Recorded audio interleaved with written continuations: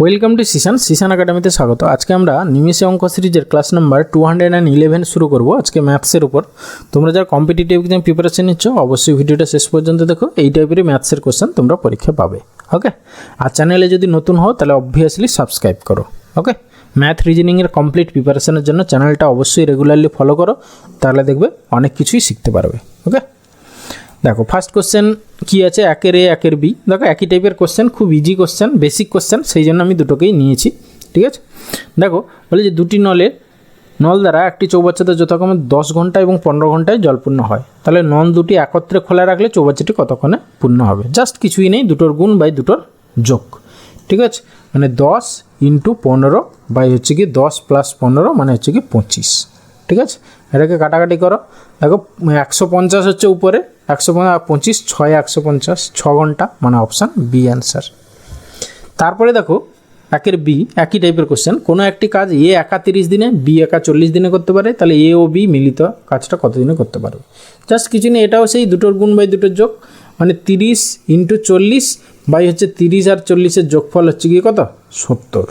দেখো একটা শূন্য কেটে গেল, 7 দিয়ে তো উপরে একটা ডিভিজিবল নয়, তাহলে অবভিয়াসলি নিচে 7 থাকবেই। কোন অপশানে দেখো নিচে 7 আছে? একমাত্র অপশান ডিতে নিচে 7 আছে। ব্যাস, এটাই অ্যান্সার। ওকে, এরপরে আসি কোশ্চেন নাম্বার 2। কী বলেছে দেখো, দুটি সংখ্যার লসাগু এত এবং গসাগু 34 হলে একটি সংখ্যা এত হলে অপরটি কত? তাহলে আমরা জানি কি, দুটো সংখ্যার লসাগু × গসাগু বাই একটি সংখ্যা করলে অপরটা পেয়ে যাব। তাহলে লসাগু হচ্ছে গিয়ে 4284 ইন্টু গসাগু হচ্ছে গিয়ে 34 বাই হচ্ছে গিয়ে 204, একটা সংখ্যা করলে অপরটা পেয়ে যাবো। তাহলে কাটাকাটি করো, 17 দিয়ে কাটো, 17 × 2 = 34, 17 × 1 = 17, 17 × 2 = 34, 2 6 × 12, 6 দিয়ে কাটাকাটি করো, 6 7 × 42, 6 1 × 6, 6 4 × 24, 714। তাহলে অপর সংখ্যাটা 714 মানে অপশান এ অ্যান্সার। এরপরে এসে কোশ্চেন নাম্বার 3। দেখো কী বলেছে এর আয় বি এর আয়ের চেয়ে 20% বেশি, তাহলে বি এর আয় এর চেয়ে কত কম হবে? জাস্ট কিছুই নেই, দেখো যার সাপেক্ষে তাকে 100 ধরে নাও। এর আয় বি এর আয়ের চেয়ে 20% বেশি, তাহলে বি = তুমি এখানে ধরে নাও 100, তাহলে এ কত হবে? এ হবে 120। দেখো 20% বেশি বলেছে। এবারে বলেছে বি এর আয় এর আয়ের চেয়ে কত কম বলেছে। যার চেয়ে তার সেটা হচ্ছে কি নিচে, এর আয়ের চেয়ে মানে নিচে 120, তাহলে বি হচ্ছে গিয়ে এর থেকে কত কম? না হচ্ছে 20 কম, তাহলে 20/120 × 100। ব্যাস, সেটাকে সিম্পলিফাই করে যা হবে অ্যান্সার। 0 0 কেটে নাও, 4 এ 4, 3 এ 12, 4 5 এ 20, তাহলে 50/3 মানে হচ্ছে গিয়ে 16×2 মানে অপশান বি অ্যান্সার। ওকে, এরপরে এসে কোশ্চেন নাম্বার 4। বলেছে 4 জন লোক 4 দিনে 4টি মাদুর তৈরি করে, তাহলে 200 জন লোক 200 দিনে কতগুলো মাদুর তৈরি করবে? দেখো প্রথম অপশানেই 200 আছে। ঠিক আছে, 4 জন লোক 4 দিনে 4টি মাদুর তৈরি করে, তাহলে 200 জন লোক 200 দিনে 200টি মাদুর তৈরি করে, এরকম কনসেপ্ট কিন্তু নয়। ঠিক আছে, এইখানে আমরা কি করি না আছে M1T1/W1 = M2T2/W2, সেই ফর্মুলা অ্যাপ্লাই করব। প্রথম ক্ষেত্রে ম্যান কত? M1 4, M1T1 T মানে হচ্ছে কি 4 দিন 4টা মাদুর তৈরি করে, W1 হচ্ছে কি 4। দ্বিতীয় ক্ষেত্রে হচ্ছে কি M1 হচ্ছে কি M2 200 আর হচ্ছে T2 হচ্ছে গিয়ে 200/W2 কত হবে সেটা আমরা জানি না, সেটা বের করব। ব্যাস, এখানে একটা 4 কেটে গেল, এই 4 দিয়ে একটা কাটো, 4 5 এ 20 0, তাহলে 5 দিয়ে 10 মানে হচ্ছে গিয়ে W2-র ভ্যালু কত হচ্ছে? না হচ্ছে গিয়ে 10,000। হ্যাঁ, 5 দিয়ে 10-এর জন্য একটা শূন্য আসবে, আর 3টে শূন্য আছে।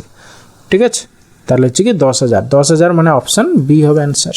ওকে, এরপরে আসি কোশ্চেন নাম্বার 5। বলে যে 2 টাকা 50 পয়সা এবং 10 টাকার অনুপাত কত? যখনই অনুপাত আমরা বের করে কী করি, সবগুলো সেম ইউনিটে নিয়ে চলে যাই, হয় সবগুলো টাকায় নিয়ে চলে যাব, নাহলে সবগুলো পয়সা নিয়ে চলে যাবো। এখানে পয়সা নিয়ে যাওয়াটাই বেস্ট।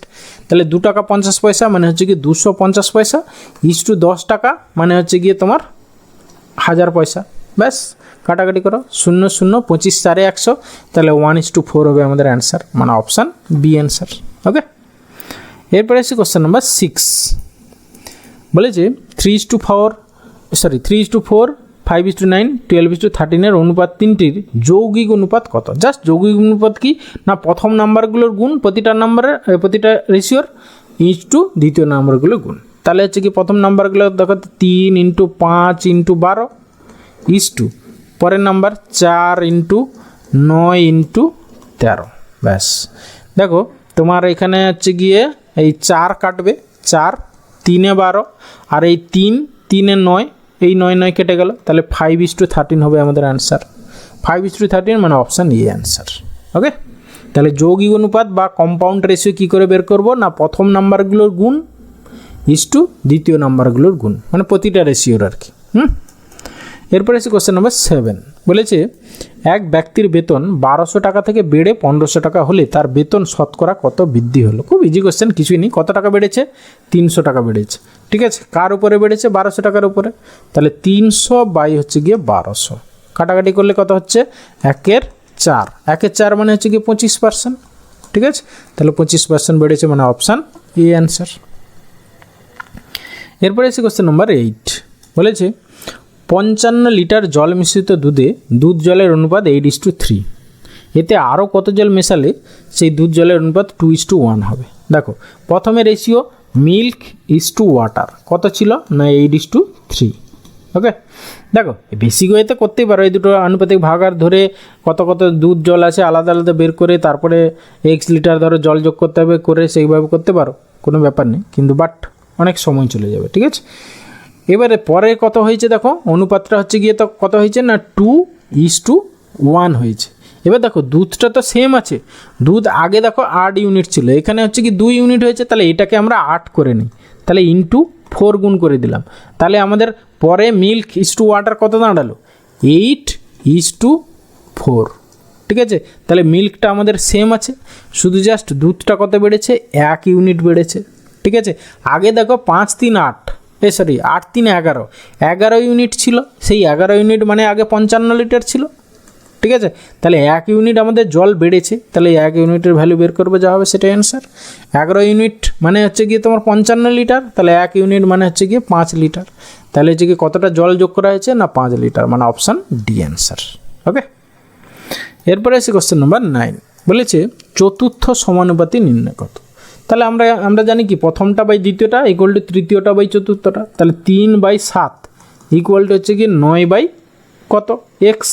দেখো 3 ইন্টু কত 3 ইন্টু 3, তাহলে এখানে 7 ইন্টু 3 করে দাও, 7 3 21 হবে অ্যান্সার, মানে অপশান এ অ্যান্সার। ওকে, এরপরে এসে question number 10 and final question বলেছে একটি শহরের এতজন অধিবাসীর মধ্যে এতজন স্ত্রী লোক, সেখানে পুরুষের সংখ্যার হার কত।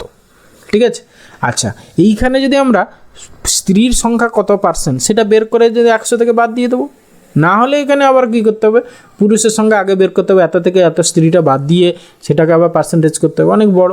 দেখো একটু যদি আমরা স্ত্রী কত পার্সেন্ট আছে বের করে নিই, 6400 আউট অফ কত না 25600, দুটো শূন্য কেটে গেল, 16 4 64, 16 16 হচ্ছে 256, 4 কাটো 4 4 16 ইকুয়াল টু হচ্ছে গিয়ে 1/4 মানে হচ্ছে কি কত 25%, মানে ইন্টু 100 করা আর কি, আমি ইন্টু 100 করছি না, ফ্র্যাকশন মেথড পার্সেন্টেজ চ্যাপ্টারের সেটা ইউজ করছি।